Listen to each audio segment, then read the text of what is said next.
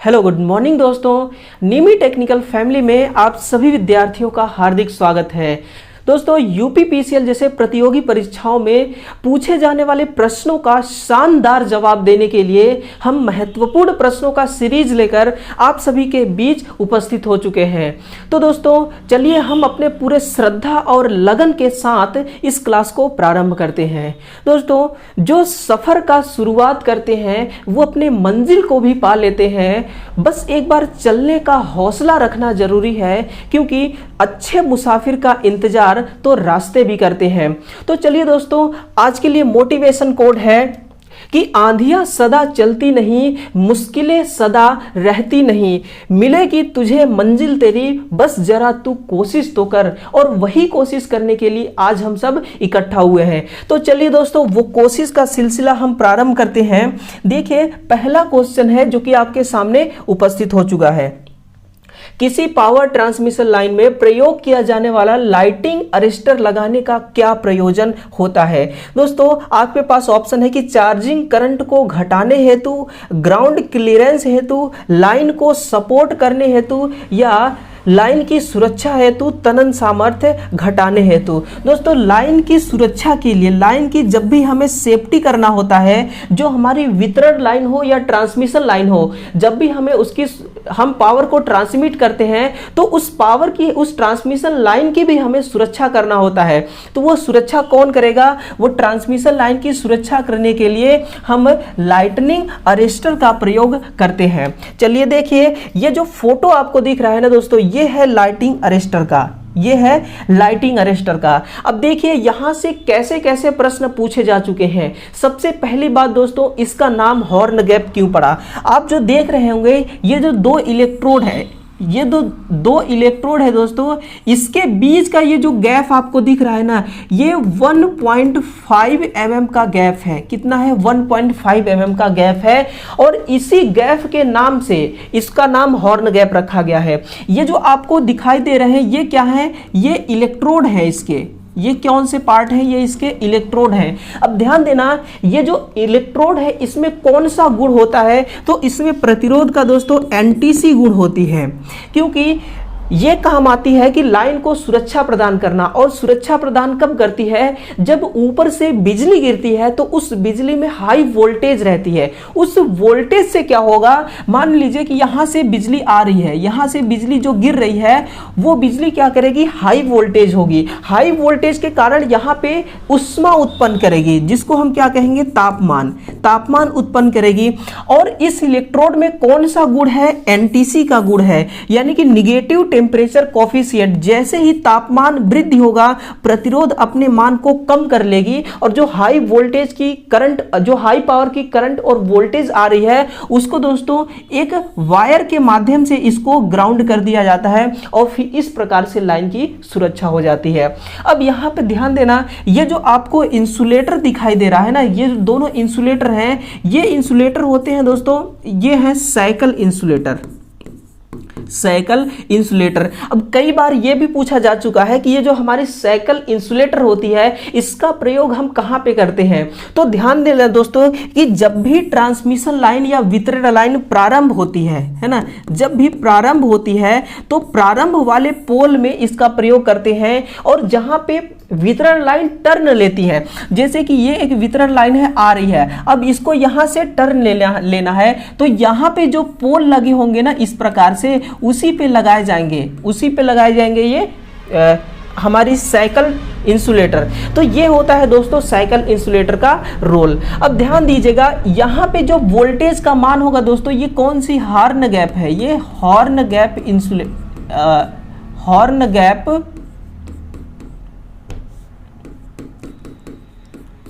Lighting arrester है। Horn gap lighting arrester का कभी पूछे कि वोल्टेज रेटिंग कितना होता है, तो ध्यान रखना दोस्तों, इसकी जो वोल्टेज रेटिंग होती है ना, वो 5000 वोल्ट से कम होती है।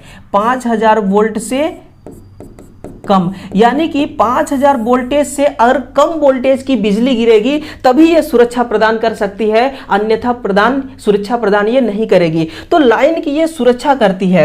अब ध्यान रखना, जो लाइन होती है ना, जो तार होती है, इसी साइकिल इंसुलेटर में दोस्तों इस प्रकार से उसको लपेट के कसा जाता है और फिर वायर को टाइट किया जाता है।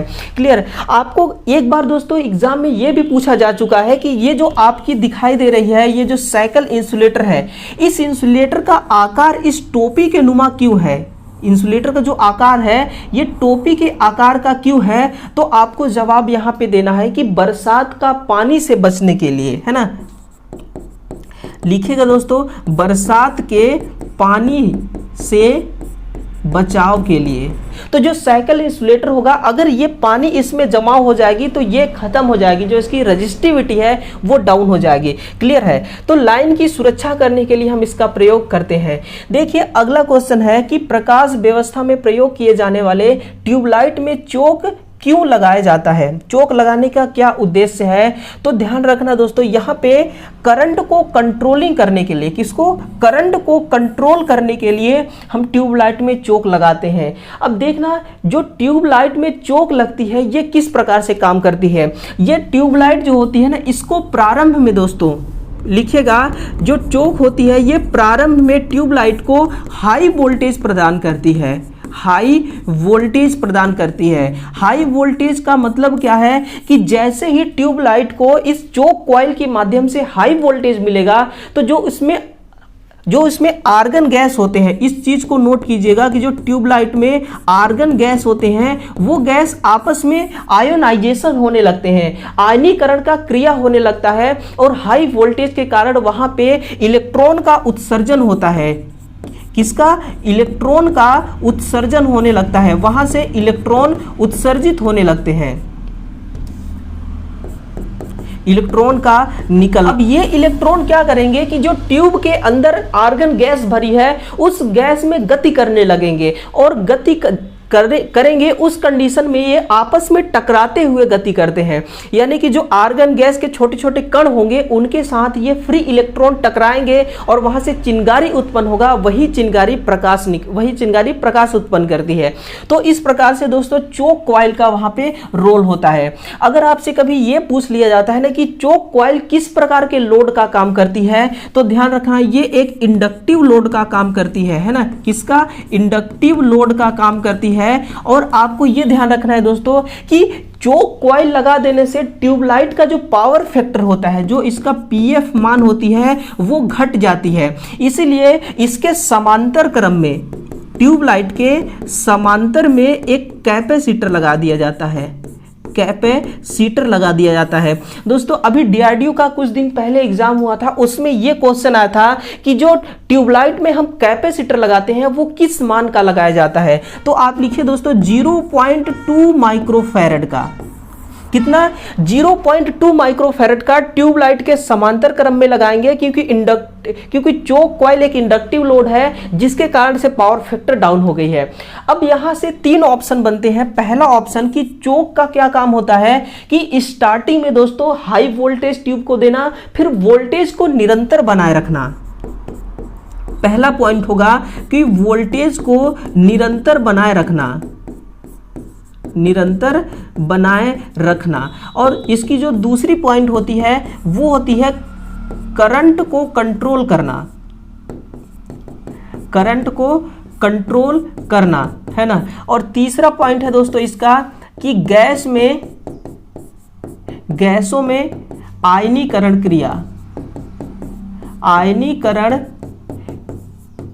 क्रिया उत्पन्न कराना। ये किसके कारण हो रही है?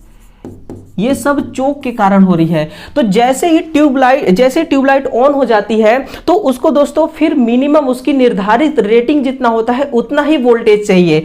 तो फिर वोल्टेज को एक निरंतर बनाए रखता है, वोल्टेज को डाउन नहीं होने देता है और करंट को कंट्रोल करता है, क्योंकि जो कॉइल होती है ये इसमें बहुत पतले पतले तार प्रयोग किए जाते हैं, इसमें टर्न की संख्या अधिक रखी जाती है जिससे प्रतिरोध का मान बहुत अधिक बढ़ जाता है और करंट कंट्रोल हो जाती है। तो इसका करेक्ट आंसर होगा दोस्तों ऑप्शन नंबर डी इसका करेक्ट आंसर होगा। अब देखिए अगला जो प्रश्न है कि किसी कार्यशाला में किस प्रकार की कंट्रोल वायरिंग की सलाह दी जाती है। देखिए दोस्तों, कोई कार्यशाला है, वहां पे हमें कंट्रोल वायरिंग करना है, तो हम अंडरग्राउंड कंट्रोल वायरिंग, जो कि आजकल बड़ा प्रचलित है, अंडरग्राउंड कंट्रोल वायरिंग, इसी को दोस्तों कहते हैं कंड्यूट वायरिंग, कंसील्ड वायरिंग, इसी को कहा जाता है कंसील्ड वायरिंग। ये वायरिंग जिस प्रकार जब भवन बनाई जाती है उसी समय इस वायरिंग को किया जाता है, ये भी आपको ध्यान देना है कंसील्ड वायरिंग को। देखिए लेड शीथ वायरिंग का प्रयोग कहाँ पे करते हैं, तो ये दोस्तों ये इसमें एक खास प्रकार की विशेषता होती है कि जो इस वायरिंग में प्रयोग किया जाता है वायर या केबल, वो कौन सा केबल होता है, वो लेड शीथड होता है, उसके ऊपर ना शीशे की परत चढ़ी होती है, जिसके कारण ये अग्निरोधी हो जाती है। ये किस प्रकार की वायरिंग होती है, ये अग्निरोधी होती है और साथ में ये नमीरोधी भी होती है। अगर आप देखेंगे दोस्तों, पावर प्लांट जो होते हैं वहां पे जिस एरिया में बहुत हाई टेम्परेचर होता है ना, वहां भी पावर सप्लाई की तो जरूरत पड़ेगी, तो कौन सा वहां पे वायरिंग करते हैं, लेड शीथ वायरिंग का प्रयोग वहां पे करते हैं, है ना। तो अग्निरोधी और नमीरोधी होता है, ये भी एग्जाम में पूछा जा चुका है। अगला देखना कि जो खुला वायरिंग होती है, इसका प्रयोग कहां पे करते हैं, ये अस्थायी प्रकार की वायरिंग है ना।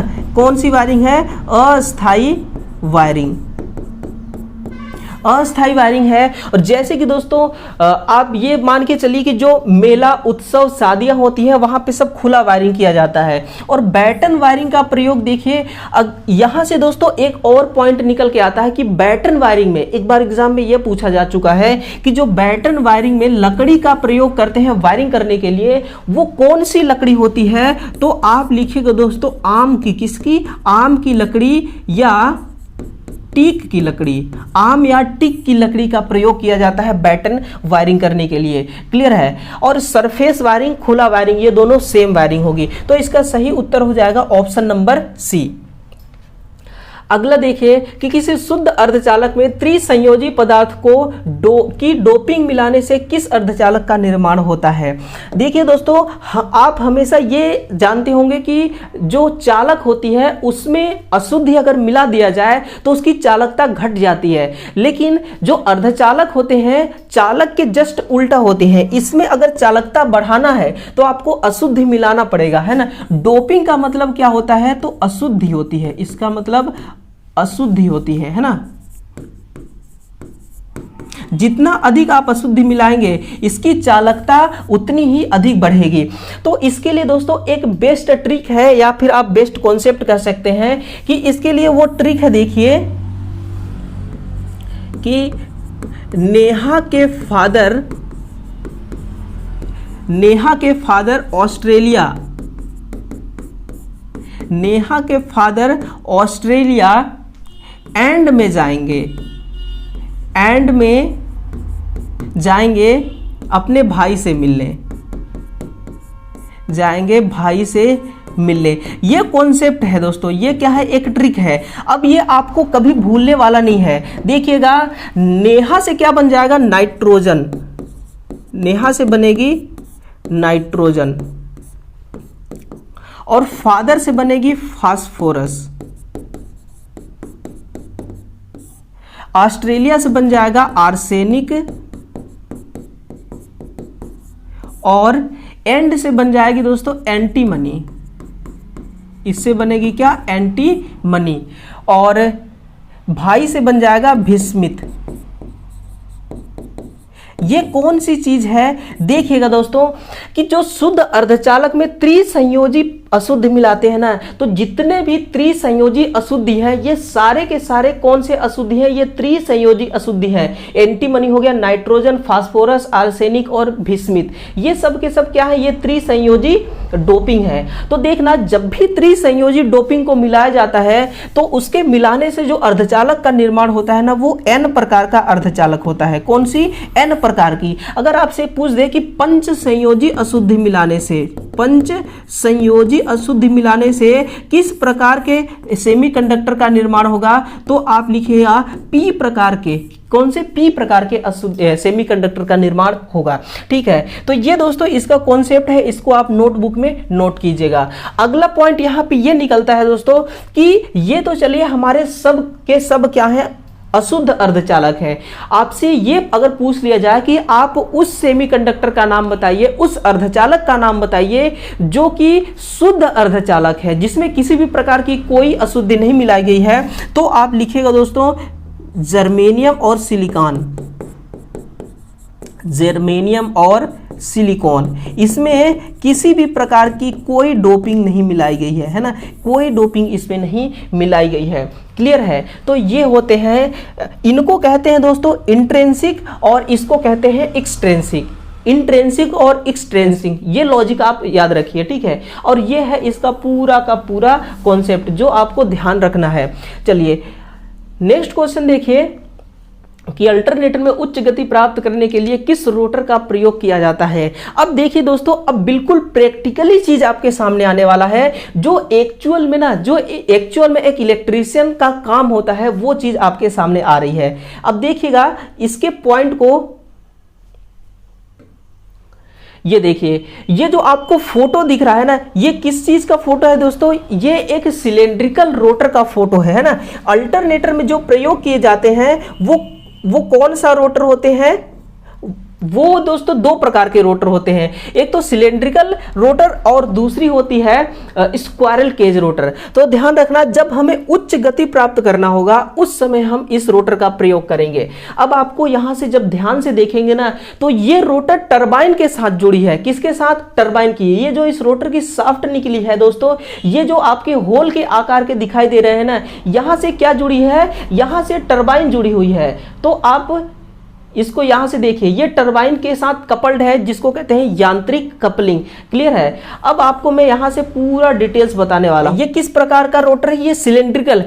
आपसे दोस्तों ये पूछा जा चुका है कि सिलेंड्रिकल रोटर का आकार कैसा होता है, तो आप लिखना बेलनाकार इसका आकार होता है ना। किस प्रकार का, ये बेलनाकार आकार का, यानी कि इसकी जो परिधि है, इसकी दोस्तों परिधि है, ये बहुत कम होती है और इसकी जो लंबाई होती है ना, ये बहुत अधिक लंबाई होती है। आप खुद देख सकते हैं कि इसकी लंबाई यहां से लेकर पूरा और आगे भी न जाने कितना लंबा होगा। और इसकी जो परिधि आप देख पा रहे हैं, ये परिधि है, ये परिधि कम है। तो परिधि कम होती है, लंबाई अधिक होती है और बेलनाकार आकार होता है। अब आते हैं हम उस पॉइंट पे जो एग्जाम में पूछे जाते हैं। देखिए दोस्तों, यहां से आपको यह पूछा जा चुका है कि जो सिलेंड्रिकल रोटर होता है, इसमें किस प्रकार का वाइंडिंग किया जाता है। तो आप लिखिएगा इसमें डिस्ट्रीब्यूटेड वाइंडिंग की जाती है। कौन सी वाइंडिंग, डिस्ट्रीब्यूटेड वाइंडिंग।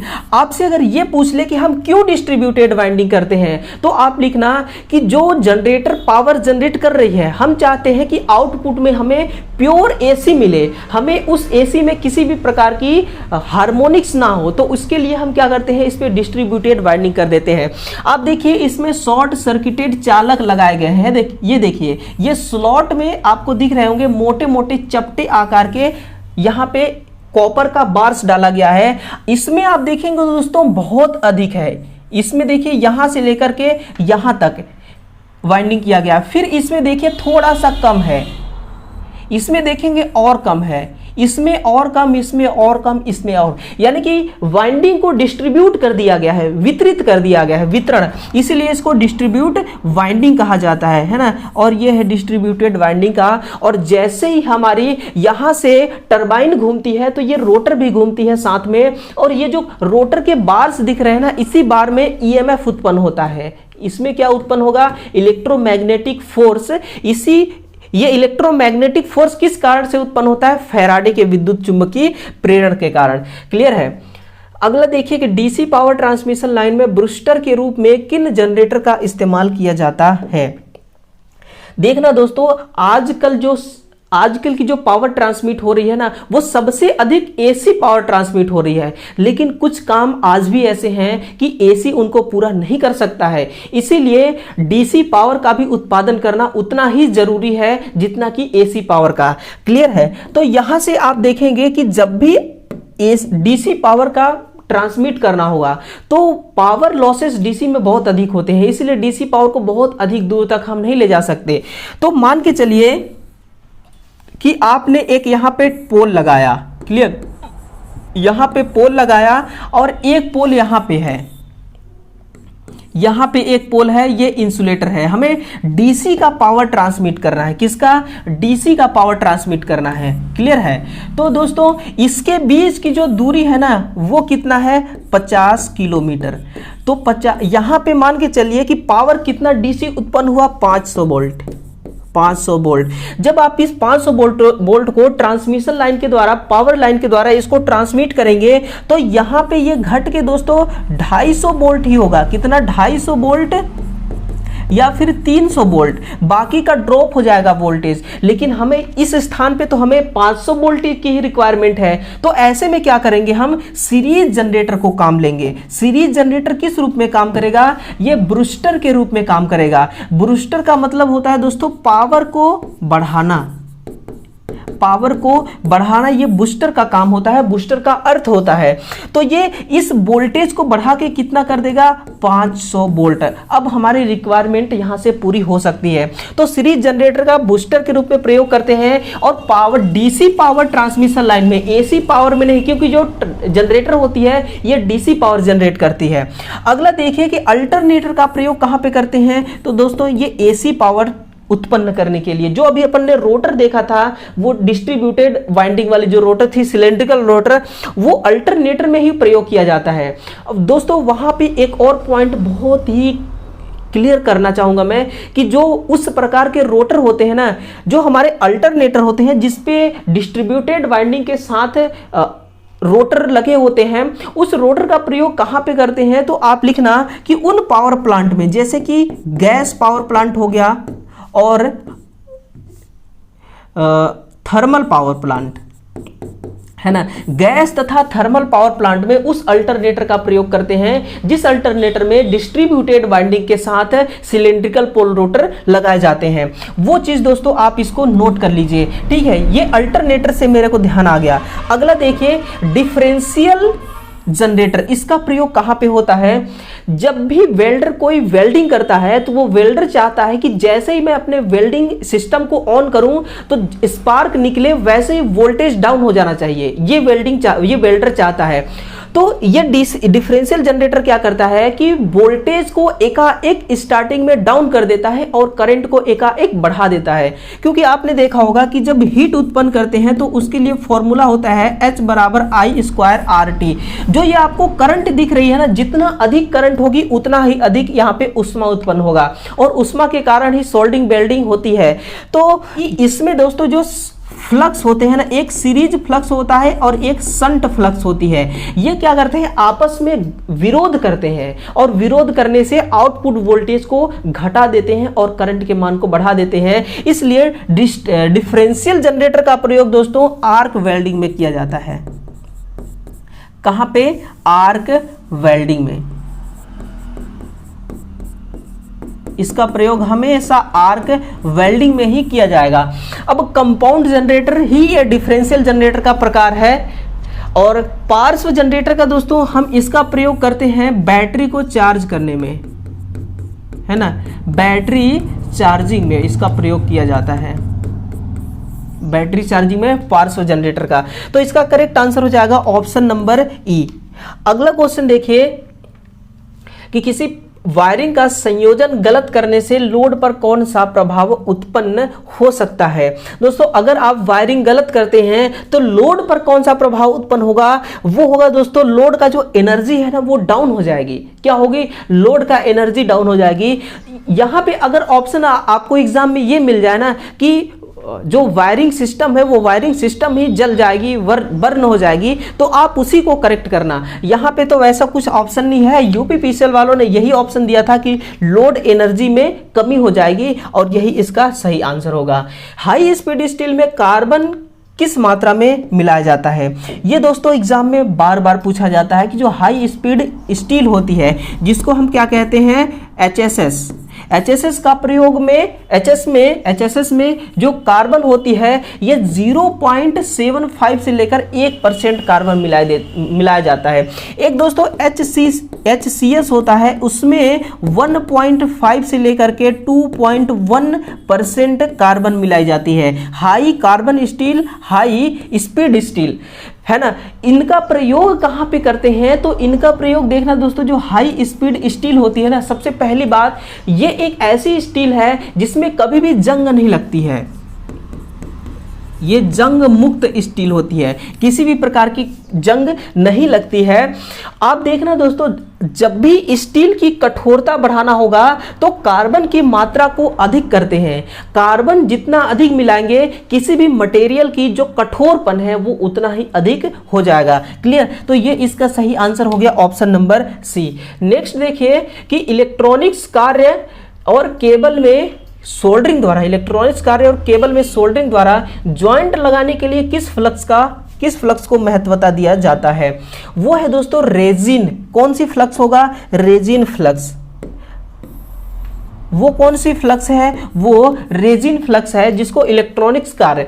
आपने देखा होगा जब आपका फोन लैपटॉप सिस्टम कभी खराब होता है तो हम क्या करते हैं, उसको रिपेयर करने के लिए रिपेयरर के पास ले जाते हैं। तो वो क्या करता है, मदरबोर्ड को खोलता है। कभी कभी आपने ये भी देखा होगा कि उसमें सोल्डिंग भी करता है। वो क्या करता है? सोल्डिंग। तो जो सोल्डिंग करते हैं दोस्तों, कोई दूसरा कंपोनेंट्स लगाएगा या फिर किसी कंपोनेंट्स को हटाना होगा तो एक फ्लक्स का यूज करते हैं। उस फ्लक्स का नाम है रेजिन फ्लक्स। क्लियर है?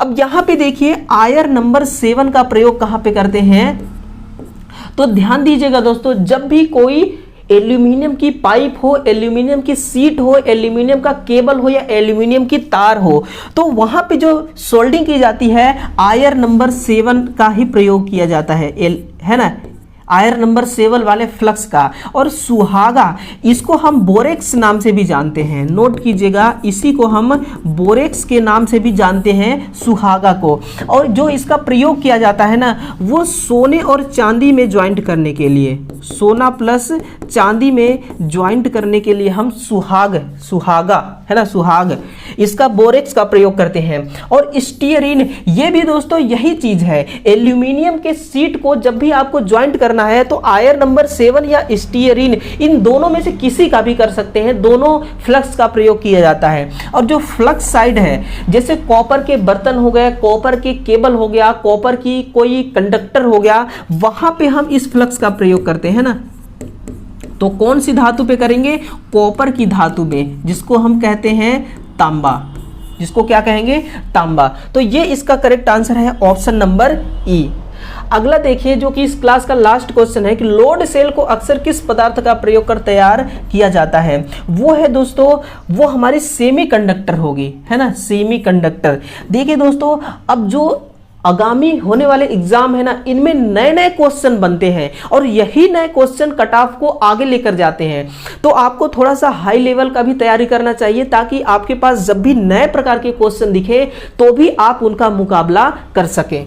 तो सेमीकंडक्टर, जो लोड सेल होता है ना, इसमें किस प्रकार के सेमीकंडक्टर का प्रयोग करते हैं ये भी मैं आपको बताऊंगा। तो देखिए दोस्तों, जो पहली बात है कि जो लोड सेल होती है, इस लोड सेल को तो सबसे पहली बात पीवी सेल के नाम से भी जानते हैं। कौन से सेल? पीवी सेल के नाम से भी। और दूसरा, इसी को हम सोलर सेल भी कहते हैं। कौन सा सेल? इसी को हम सोलर सेल भी कहते हैं, जो कि हमारी लोड सेल होती है। अब दोस्तों थोड़ा सा इसके बेसिक को समझते हैं कि ये किस प्रकार से काम करता है। मान के चलिए ये एक हमारी लोड सेल है, सोलर सेल। देखना क्या है सोलर सेल। इसमें क्या होता है दोस्तों, जो ये किस चीज का बना हुआ है? ये सेमीकंडक्टर का। ये किसका बना हुआ है? सेमीकंडक्टर का। सेमीकंडक्टर में भी क्या होते हैं? फ्री इलेक्ट्रॉन होते हैं। तो चलिए ये क्या है? सब ये सब के सब हैं दोस्तों फ्री इलेक्ट्रॉन। अब देखना, जब भी इस पे प्रकाश पड़ती है, जब इस पे प्रकाश पड़ती है, ये सूर्य की किरणें हैं, ये सूर्य की किरण इस लोड सेल पे पड़ेगी, तो जो सूर्य की किरणें होती है ना, उस पे दोस्तों फोटोन होता है। उस पे क्या होता है? फोटोन। जैसे कि इस पे इलेक्ट्रॉन है, इसी प्रकार से सूर्य की किरणों में फोटोन होता है। तो ये इलेक्ट्रॉन क्या करते हैं, इस सूर्य की किरणों से जो फोटोन आ रही है इसको अवशोषित कर लेती हैं और इसको ग्रहण कर लेती हैं। अवशोषित करके क्या होते हैं कि ये इलेक्ट्रॉन उत्सर्जित हो जाते हैं। क्योंकि देखना, जब भी सेमीकंडक्टर को आप गर्म नहीं करेंगे तब तक इसकी चालकता नहीं बढ़ती है। यानी कि यहां से सूर्य की प्रकाश आई जिसके कारण से ये प्लेट गर्म होगी और गर्म होने से ये क्या हो गया कि ये जो इलेक्ट्रॉन है हीट होने से ये उत्सर्जित होने लगे फोटोन को एब्जॉर्ब करके, और ये क्या करते हैं, प्रकाश को अपने अंदर स्टोर कर लेते हैं और फिर उसको प्रकाश ऊर्जा को ये इलेक्ट्रिक ऊर्जा में, विद्युतीय ऊर्जा में बदल देते हैं। तो इस प्रकार से लोड सेल का पूरा काम होता है। अब दोस्तों एग्जाम में एक और यहां से क्वेश्चन बनता है कि लोड सेल का वोल्टेज का मान कितना होता है। तो आप लिखिएगा 0.5 वोल्ट। ये किसका मान है, ये लोड सेल का वोल्टेज का मान है। क्लियर है। तो यही है दोस्तों इसका पूरा डिटेल्स। ऑप्शन नंबर ए इसका करेक्ट आंसर हो जाएगा कि सेमीकंडक्टर लोड सेल के अंदर अक्सर कौन सा कंडक्टर लगा होता है, सेमीकंडक्टर का प्रयोग करके हम इसको बनाते हैं।